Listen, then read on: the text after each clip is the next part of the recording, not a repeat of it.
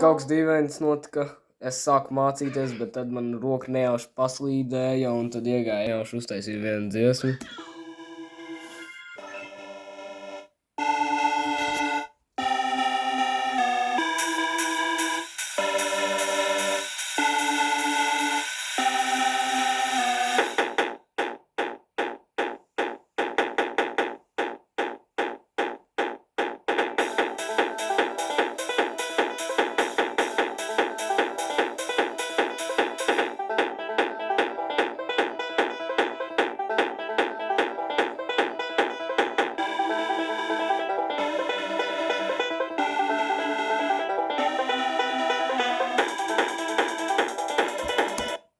Jā, tātad es gribēju uztaisīt kaut kādu tehnokiku, tāpēc es kaut ko tur savu cover drive. Tad es uzzināju, ka ir tāds dynamic tube, kas padara šo kiku. Sākumā bija šāds, bet es paliku...